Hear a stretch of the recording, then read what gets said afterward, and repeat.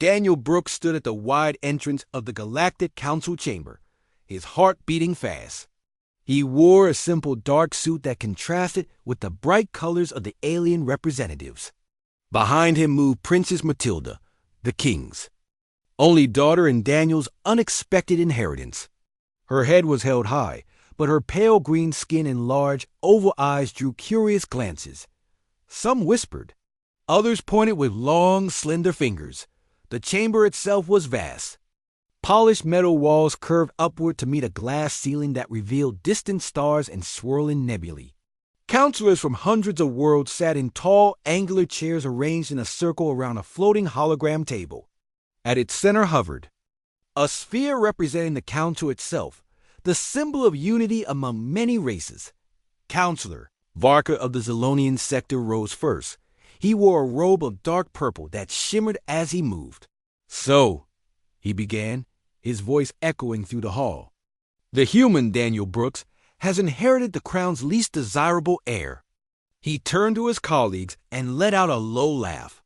Others joined in, their tones sharp and mocking. Daniel felt a wave of shame. He glanced at Matilda, who remained still beside him. Her lips curved into a small, sad smile. She wore a simple blue dress, free of the jewels and fine materials that royal daughters often displayed. It suited her quiet nature. Yet the council saw only her plain features and odd manner. Counselor Z of the Orion cluster stood next. She was tall and slender, with light blue skin and hair that floated as if in water. "I fail to see the purpose," she said. "Why would a proud human accept such an inheritance? Does he truly wish to be burdened by a daughter no one desires?" Her words cut like knives through the silent pauses between laughs. At that moment, Daniel found his voice. He stepped forward, his posture firm. "I did not ask for this," he said clearly. "But I will not abandon Princess Matilda. She is more than her appearance. She has a mind that understands justice and a heart that seeks friendship." His voice grew stronger. "She will prove her worth, and you will see what you have missed." A hush fell. Even the floating hologram seemed to glow more brightly, as if the council itself waited for the next words. Matilda raised her head and looked around. Her green eyes met those of the counselors. "I thank Daniel Brooks for standing by me," she said softly. "I am not here to be a burden. I am here to learn and to lead." Her voice was calm. It carried a quiet strength that surprised many. Counselor Rax the Token Empire grunted. He had rough skin like cracked stone in war. Heavy armor plating. Learning and leading? You, a princess with no allies? You will find no friends among us. He spat the last words as he sat down, arms crossed. Some counselors nodded in agreement. Others exchanged doubtful glances. Daniel felt tension rise in the chamber. He took another step forward. "Then let us set terms. I will take full responsibility. For Matilda, you will provide her with the same training all royal heirs receive. Let her attend council sessions and meet your finest scholars. In one cycle of the planet Morta, we will return and show her progress." He spoke with calm determination. "If she fails, I will accept your judgment," the council murmured. A murmur grew into multiple voices. Some spoke of human stubbornness. Others questioned Matilda's ability. Counselor Varka spoke again. "Very well, human," he said. "We accept your challenge. But do not think us blind to your efforts. We will judge her in one planetary cycle. If she impresses us, we will support her claim. If not, you will both face the council's displeasure." Daniel nodded. "Thank you." He turned slightly. To Matilda, "We have work to do," he said softly. She offered a small smile. For a moment, the two stood united, human and alien princes. Against the weight of 1,000 judgments as they left the chamber, Daniel heard whispers behind him. Some spoke of his courage. Others called him foolish. Matilda walked beside him without fear. "Thank you," she said simply. Daniel placed a hand on her shoulder. "We will show them who she truly is," he replied. Outside, the corridor walls glowed with soft blue light. Service robots glided past, carrying data pads and refreshments. Daniel led Matilda toward the training wing.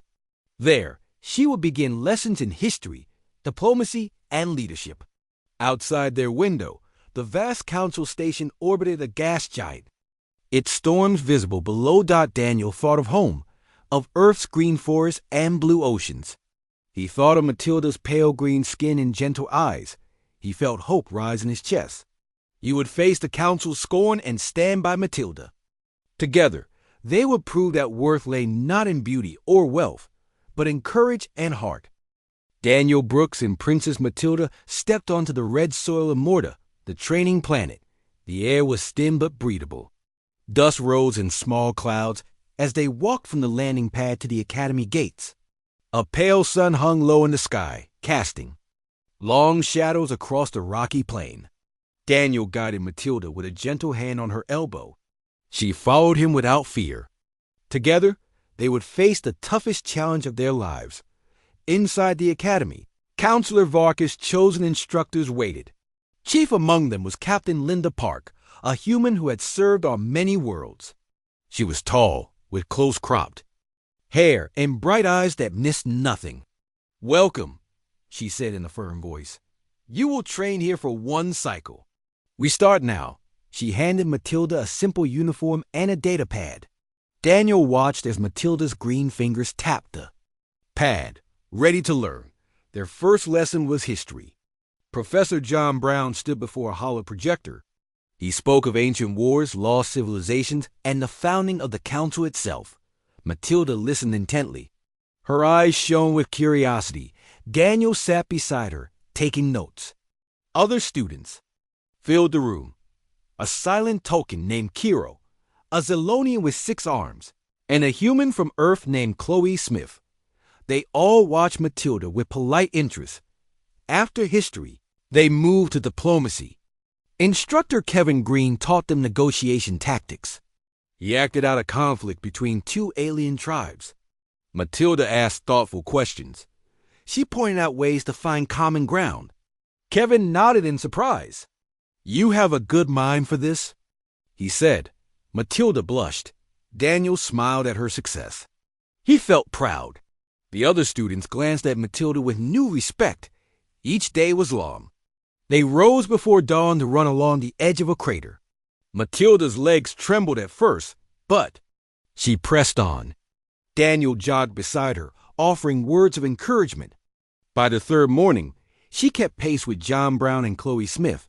When the sun rose high, they returned to the academy for lessons in technology, military strategy, and alien languages. Matilda worked hard. She stayed late to practice strange symbols and circuits.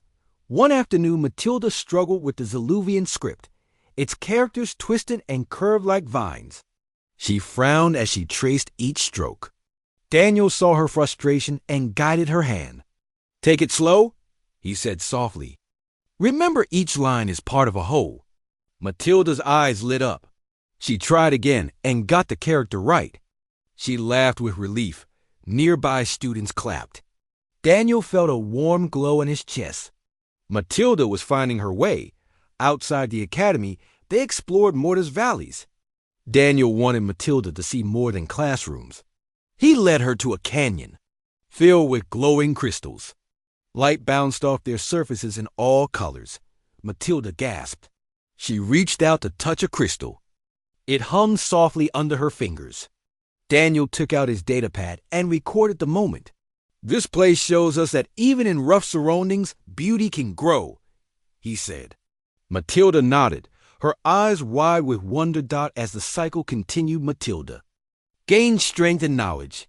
She learned the Tolkien martial art of balance and defense from Master Chloe. She studied council law with Professor Lee. She practiced speeches in the Grand Hall under the watchful eye of Captain Park. Daniel supported her every step. He carried her data pads, prepared her meals, and reminded her to rest. He believed in her when others doubted. At the end of the cycle, a gala was held in Matilda's honor. In the Grand Hall, students and instructors gathered. Holograms of their achievements floated above them, scores in history, language fluency, and diplomacy projects. Matilda stood with Daniel as Counselor Varka entered. The purple-robed leader looked at the displays, then at Matilda. He raised an eyebrow. Matilda straightened her back and met his gaze without fear. Daniel held his breath. The hall was silent. Then Varka spoke. Human Daniel Brooks promised we would see progress. Princess Matilda, you have done more than enough. He gestured to the hollow displays. Your mind is sharp. Your courage is clear. You have earned your place. Applause filled the room. Matilda's cheeks turned bright green as she bowed. Daniel stepped forward and bowed too. Together, they had overcome the council's scorn and shown what true worth could be. Daniel Brooks and Princess Matilda boarded the silver shuttle that would take them from Morta back to the council station. They left the red dust behind and climbed through starry space. Daniel checked the navigation controls while Matilda gazed out the window. The gas giant below them swirled in bands of green and blue. In that quiet moment, Daniel smiled. He felt proud of how far Matilda had come. When they arrived, the station's docking bay shone with bright lights. Workers in gray uniforms guided the shuttle to its berth. Matilda straightened her uniform as the hatch opened. Daniel offered his arm, and she took it. Together, they walked down the ramp and into the long corridor that led to the council chamber. Before entering, Matilda paused. She turned to Daniel and said softly, I feel ready now. Her green eyes shone with calm confidence. Daniel nodded. You are ready, he replied. The council will see that too. He opened the chamber door and led her inside.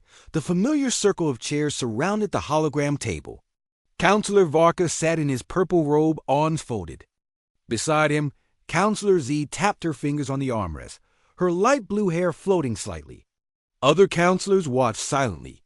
Daniel set down his datapad and stepped aside to let Matilda stand in the center. Varka rose and spoke first. You have returned after one cycle, he said. Show us what you have learned. Matilda drew a deep breath. She looked at each counselor in turn. I studied the histories of all council worlds, she began. I learned your languages and your laws. I practiced diplomacy and defense. I visited your people and listened to their stories. I believe that unity is born from understanding. She paused and let her words settle. Z leaned forward. Your words are well formed, she said. But words mean little. Show us action. Matilda nodded and pressed a button on her datapad. The hologram table shifted. It displayed a live feed from Morta's council chamber, where Matilda had mediated a dispute between two mining clans. The footage showed her standing calmly as each leader spoke. When both sides grew angry, she stepped between them and offered a compromise that let both clans share the mine's resources equally. The counselors watched. Some faces relaxed in surprise. Others exchanged looks. Daniel stood quietly beside Matilda, his heart pounding. When the footage ended, Varka said, Impressive. You found peace where there was conflict. He turned to Z. What do you think? Z frowned and nodded slowly. She has skill, she admitted. Next, Matilda presented a scientific project. She cast another holo that showed a device she built with the Academy's technologists. The device purified air in hostile environments by filtering out harmful gases and enriching oxygen. She explained how it could save lives on planets with thin atmospheres or heavy pollution. Counselor Rax of the Tolkien Empire crossed his arms. A useful tool, he said gruffly. But can she lead armies? Matilda held up a small holo of a battle simulation. In it, she directed a mixed force of soldiers and robots to protect the colony from raiders without violence. Her forces used shields and barriers to block attacks and guard civilians until the raiders surrendered. The simulation ended with the raiders laying down their weapons. A murmur went through the chamber. Daniel saw hope in Matilda's eyes. Varka spoke again. You have shown wisdom and skill. Yet one question remains. Can you carry the weight of leadership? Matilda stepped forward. Leadership is service, she said. I learned to work with others, to listen first, then to guide. My father taught me that a true ruler protects all people, not just the strong. I will lead with respect and care." Her voice was calm but firm. The council fell silent. Matilda looked around, meeting gazes of many species. Daniel felt his chest tighten. He believed in her more than ever. Then Counselor Z spoke. "Princess Matilda, you have exceeded all expectations. We welcome you as an heir of the council. May you serve wisely." Varka nodded and banged his staff on the floor. "So it is decided." Applause filled the chamber. Matilda bowed to the counselors and then to Daniel. He stepped forward and offered his hand. She took it gratefully. In that moment, they shared a smile of victory. After the session, Daniel and Matilda walked through the station's grand hall. Statues of past leaders lined the walls. Light from crystal chandeliers sparkled on polished floors.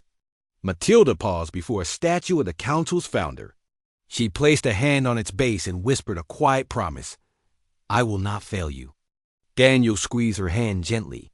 "You will honor this place," he said, "and you will make us proud." Matilda turned to him with a soft smile. They left the hall side by side, ready to face a future filled with new duties and adventures. The galaxy would soon know that the human and his princess daughter could change the fate of many worlds with kindness, courage, and heart.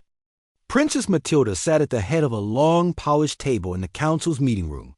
Around her, delegates from many worlds arranged their datapads and holoscreens. Daniel Brooks stood just behind her chair, calm and steady. It was Matilda's first real session as an heir. She would guide the meeting and set its tone. Her fingers trembled slightly as she tapped the table to call the room to order. "Welcome," Matilda said in a clear voice. "We meet today to discuss trade routes and resource sharing between our worlds." She looked at each delegate in turn. A tall Ziluvian named Corlo adjusted his many eyes. A human ambassador, Mia Carter, smiled politely. A token trader, Raxon, tapped his claw on his data pad. All waited for Matilda to continue. Matilda opened the session with a simple overview of the issues. Many outer planets suffered shortages of food and fuel. Inner worlds had surplus goods, but lacked the ships to send them. She proposed a new system of shared transport, where faster traders would lend ships to smaller colonies. The system would run on credits, not favor. "This plan is fair," she said. "It helps all worlds, no matter their size." A murmur spread through the room. Corlo's voice rolled out first. "Young heir, your plan is kind. But what of security?" "Raiders prey on shipping lanes." Matilda nodded.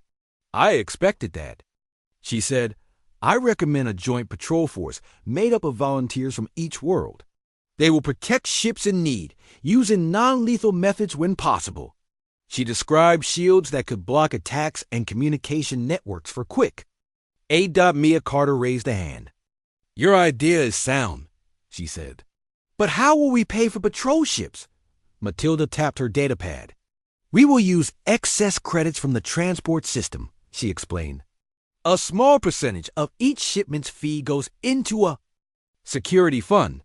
This fund covers patrol expenses." She smiled. "In time, the fund will grow, and we can expand patrols without extra costs." Raxon leaned forward. His voice rumbled. "You speak well. Yet words alone do not protect ships." Matilda gestured to a hollow rising from the table. It showed a map of trade routes and patrol zones. "Here," she said, "is a demo of how patrol units move. Notice how they cover gaps and respond quickly to distress signals." The hollow shifted to simulations of attacks and rescue missions.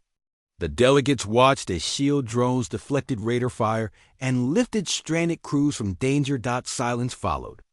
Daniel saw respect in delegates' eyes. Matilda looked calm. She had learned to speak clearly under pressure. She waited for feedback. A Zilonian diplomat, Kira, with 6 limbs folded neatly, spoke. "This vision could work," she said. "But it demands training for patrol crews." Matilda nodded. "I agree. I propose an academy module on defensive tactics and rescue operations. Volunteers can train on Morta and other worlds. She added, we can share instructors and data freely. The room buzzed with technical questions. Matilda answered each one, sometimes asking Daniel quietly for extra numbers. He whispered cost estimates or route statistics. Matilda integrated his data smoothly. After an hour of debate, the session neared its close. Shall we vote? Matilda asked.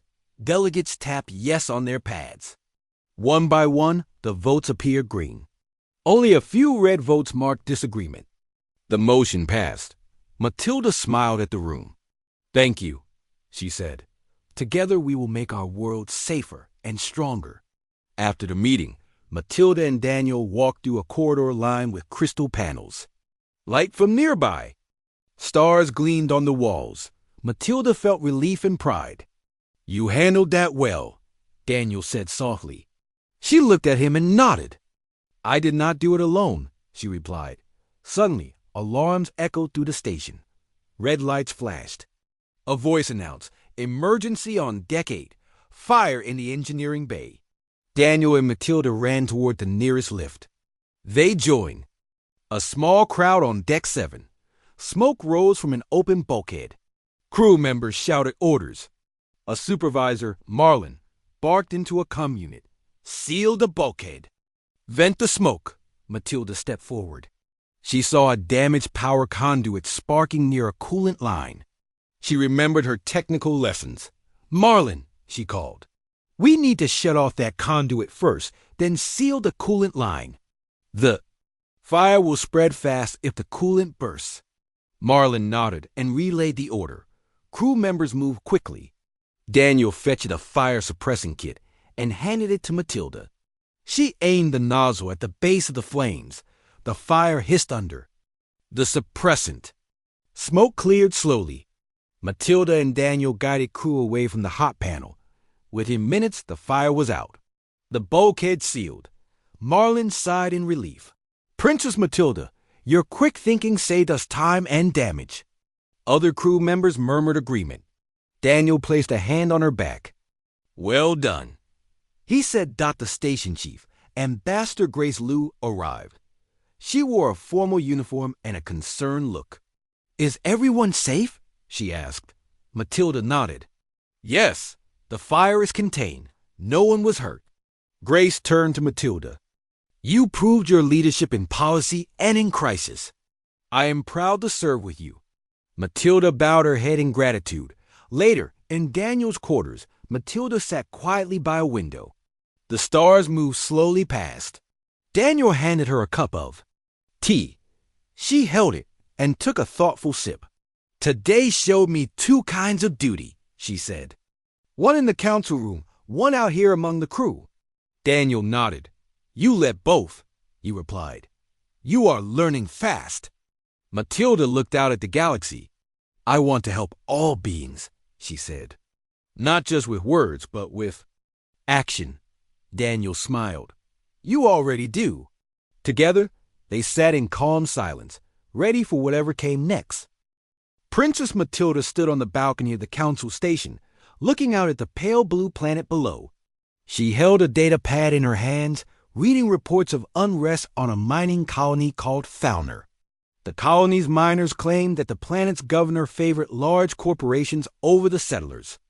Protests had spread into riots. Supplies were running low. Daniel Brooks stepped beside her, his face serious. Are you ready? He asked. Matilda nodded. We must help them, she said softly. They need fair treatment. She tapped the pad and called up a message. Within moments, a small transport shuttle awaited them at the docking bay. Matilda and Daniel boarded, joined by two human peacekeepers and an alien mediator named Tira from the Krylon system. Tira had silver skin and calm green eyes. She carried a bag of negotiation tools, holocharts, audio recorders, and treaties from past conflicts. The shuttle left the station and raced through space. Matilda studied the holomap. Fauner orbited a large star. Its surface was orange and dry. Rivers of dust blew across flat plains. The shuttle passed through the thin atmosphere and touched down on a rocky landing field. Dust billowed around the landing gear. Daniel opened the hatch, and the group stepped onto the planet. They walked toward the colony gates. Miners in dusty uniforms watched them warily. Some held makeshift weapons, pipes, rods, and heavy gloves. A banner above the gate read, "Fair pay now." Matilda raised her hand in greeting. The miners shifted unsure. Daniel spoke first. "I am Daniel Brooks, and this is Princess Matilda. We have come to listen and to help." He bowed respectfully. A miner with a graying beard and tired eyes stepped forward. "Your Highness," he said, "we have no water rights. The governor sells our water to the companies for profit. We have nothing left." Matilda opened her datapad. "I have your water usage reports," she said. "You deserve fair shares."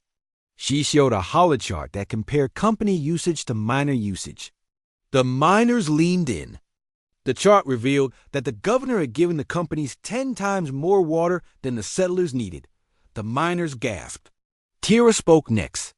"I will mediate a meeting between you and the governor," she said. "We will record the discussion and make decisions transparent."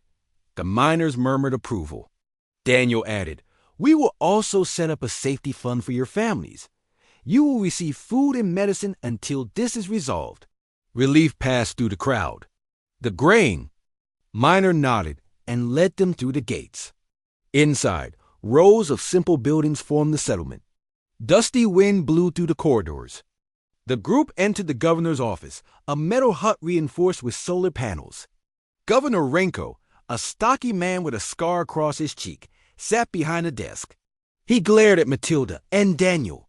"Well," he said, "the princess decides to help the miners." His tone was harsh. "Why should I listen to you?" Matilda stepped forward. "Because fairness matters," she said. "You owe your people a safe and just home." She held up the holochart. "These numbers show that you broke your promise. The people suffer." Renko slammed his fist on the desk. "I needed money for repairs. The companies paid more than the settlers could. I did what I had to do." He leaned back. "What can you do about it?" Daniel spoke calmly. "We can adjust the water quotas so that miners get the amount they need. We can tax company profits to fund repairs. And we can publish all records so everyone knows the truth." Renko frowned and looked at Tira. She nodded. "The mind of a leader is not power, but service," she said. "You serve these people. If you break trust, you lose it." Renko's jaw tightened. He stared at the datapad. After a tense moment, he sighed. "Fine," he said. "I will sign the new quotas. But I need time to send the orders." Matilda smiled. "We will wait." She motioned to the peacekeepers. They set up holoprinters to generate official documents. Miners watched from outside as Tira and the peacekeepers witnessed Renko's signature. Within minutes, copies of the new water quotas and tax plans appeared in the miners' hands. Outside, the miners cheered. Water trucks rolled into the colony. Engineers repaired wells. Food supplies arrived with the peacekeepers' convoy. The dust seemed lighter that day as hope spread among the people. Late that evening, Matilda and Daniel walked along a dusty path under 2 moons. The lamps in the settlement glowed softly. Matilda looked at the miners celebrating nearby. "This is what leadership feels like," she said quietly. Daniel smiled. "You did well," he replied. "You gave them justice and hope." Matilda sighed with relief. "It was not easy," she said. "But we showed that caring matters. More than fear." They stopped at a small hill overlooking the colony. Daniel put his arm around Matilda's shoulders. "Your father would be proud," he said. Matilda looked up at the sky. "I have learned that a leader must stand with her people, even when it is hard," she said. "I am glad to share my journey with you, Daniel." Daniel nodded. "Together we will bring change to many worlds," he said. Matilda rested her head on his shoulder. Around them, the miners' celebrations continued. The 2 moons shone above, and the dusty wind carried laughter and music. In that moment, Matilda understood the true power of kindness and courage. She knew that her path would be long and filled with challenges. But with Daniel by her side, she felt ready to face whatever came next on her journey as a leader of the Galactic Council. Princess Matilda stood in the Council Station's central plaza as alarms echoed through the halls. Red lights flashed on the walls. A deep hum of failing power filled the air. Daniel Brooks and Captain Alex Baker rushed to her side. Alex wore a gray uniform and carried a datapad. "The main reactor is unstable," he said. "We have minutes before a total blackout." Matilda's heart pounded. She thought of all the people on the station. "We must act now," she said firmly. She turned to Daniel. "Gather Emma Johnson and Ryan Young. Their teams know the reactor systems." Daniel nodded and sprinted down the corridor. Matilda followed Alex toward the reactor bay. By the time they arrived, thick smoke curled from broken panels. Emma Johnson, a small engineer with bright eyes, crouched beside a flickering console. Sparks flew around her. Ryan Young, the security chief, ordered 2 technicians to stand back. "Heat levels are critical," he warned. "One wrong move and we all go." Matilda knelt beside Emma. "Tell me what to do," she said. Emma looked up. "The coolant pump is jammed. A foreign code locked the safety override. We cannot restart the pumps until we clear it." She tapped her datapad. Strange symbols scrolled across the screen.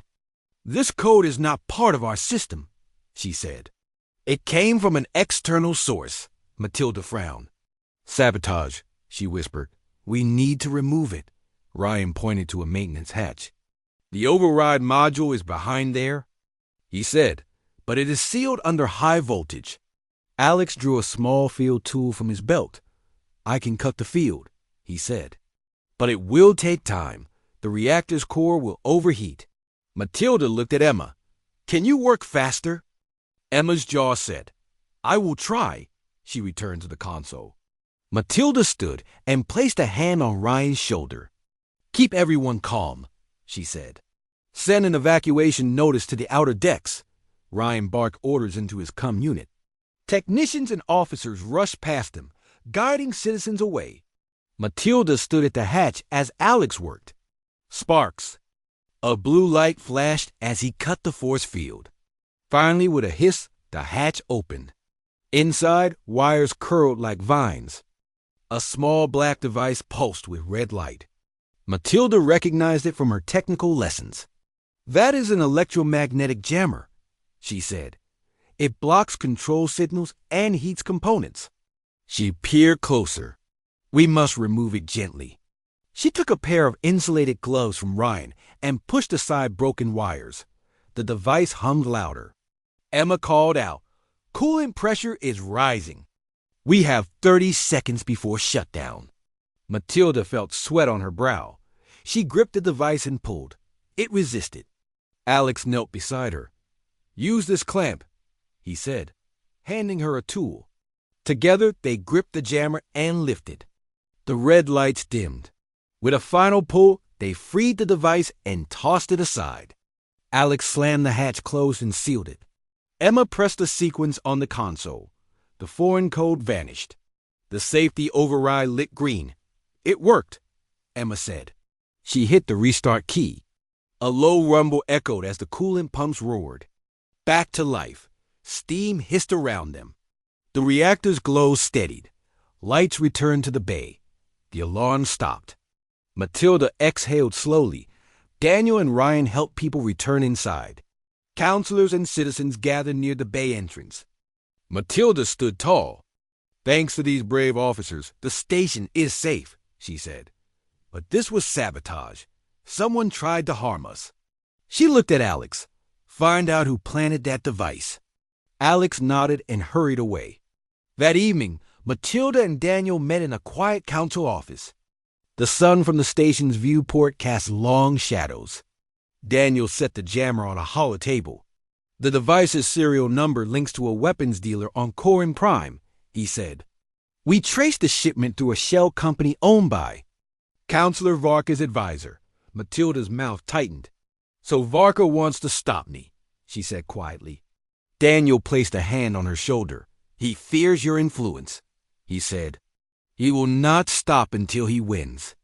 Matilda looked out at the stars. She felt a new resolve. Then we must expose him, she said. We will call a special session. I will present the evidence. Daniel nodded. I will stand with you, he promised. Matilda closed her eyes for a moment and breathed deep. The weight of her duties pressed on her, but she felt stronger than ever.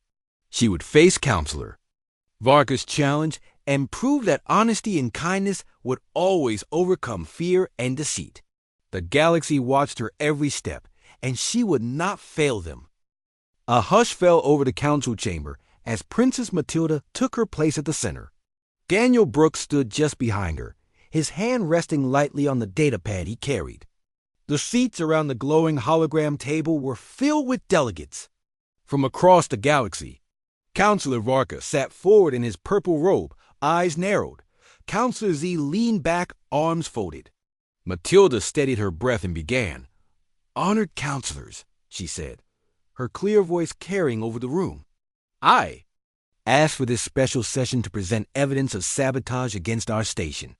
She tapped the datapad. The hologram table shifted to show a three-dimensional image of the electromagnetic jammer. This device was planted in our reactor bay. We traced its serial number to a weapons dealer on Corin Prime. The image zoomed on the device's serial plate. Next, Matilda continued, we traced the sale through a shell company owned by advisor Leo Grant, Counselor Varka's personal aide. She summoned a holochart listing company names and transaction dates. Each name glowed in turn: Corin Arms, Celestial Logistics, Grant Enterprises. The chart ended at a digital signature identical to Leo Grant's ID. Murmurs rose among the delegates. Varka rose, his six-fingered hands gripping the armrests. These accusations are reckless, he snarled. You present hearsay and accusations without proof. He turned to the chamber's entrance. Advisor Grant, step forward and answer these claims. A tall man in a dark suit stepped out of the shadows. He was slim, with short brown hair and a thin mustache. Your Highness, I never meant harm, Leo Grant said. His voice shook. I was paid by unknown clients to handle shipments. I did not know what was inside. He looked at Varka. I followed orders. Matilda held up a hollow projection of communications logs. These messages came from your council terminal, Advisor Grant, she said. The log showed encrypted orders sent from Varka's office. The date and time stamped just before the reactor sabotage. You knew exactly what you did, Matilda said softly. Varka's face reddened beneath his greenish skin. This is impossible, he spat. My terminal was hacked. He pointed an accusing finger at Matilda. You framed me, human. You want to destroy my reputation. Daniel stepped forward. Counselor Varka, the station security chief, Ryan Young, traced the hack. It originated from your private console, which only you could access. No external breach occurred. He tapped his pad. A recording played, Varka's voice issuing orders in the alien tongue. The translation scrolled at the bottom of the HOLO-screen. Silence Matilda saw shock and disbelief cross Varka's closest allies. Counselor Z uncrossed her arms and stared at Varka. Your actions endangered us all, she said. You used sabotage to halt Princess Matilda's reforms. She turned to the chamber. This betrayal cannot stand. Varka tried to speak, but no words came. Leo Grant sank to his knees, head bowed. Matilda looked around the room. Counselors, she said, we face many threats in the galaxy pirates. Corrupt governors and those who value power over people. We cannot tolerate betrayal within our own ranks. She pressed a button. The holo changed to show the station's reactor bay, its lights restored and crews working safely. In this crisis, she said, we saw unity and courage. I ask you now, will you support a council led by honesty and service, or one ruled by fear and deceit? She stepped back, letting her words linger. Counselor Z rose. I move that Counselor Varka be removed from his post and tried for treason. A vote was called. Delegates tapped their pads. Daniel watched the green yes votes fill the list. A few red no votes remained, but they were dwarfed by the majority. When the final tally appeared, Varka's seat was declared vacant. An aide escorted Varka away. He shot one last glare at Matilda as he passed, then disappeared behind heavy doors. Leo Grant was led to the station security quarters, awaiting judgment. The chamber emptied of tension. Counselor Z turned to Matilda with a warm smile. You have saved this council, Princess. You honor your duties. Mia Carter, the human ambassador, tapped her pad to summon a new roster of council members. Names scrolled to fill Varka's empty seat. Matilda watched as young diplomats from smaller worlds gained their place. Leaders she had once trained on Morta now joined the council's circle. Later, in the station's grand hall, Matilda and Daniel walked among statues of past rulers. Crystal chandeliers cast gentle light on polished floors. Matilda felt a hand slip into hers. She looked at Daniel, gratitude shining in her eyes. Thank you, she whispered. I could not have done this alone. Daniel smiled. You led with kindness and truth, he said. You showed them the power of humanity. He paused, glancing at a statue of the council's founder. Your father would be proud. Matilda touched the statue's base. I have learned that true leadership is service, she said. She turned to Daniel. Where we go from here, I do not know. But I know we will face challenges and overcome them together. Daniel bowed his head. The galaxy is in good hands, he replied. They walked out of the hall side by side, ready to begin a new era under Princess Matilda's guidance. Worlds would remember the human who stood by a princess and the princess who led with heart.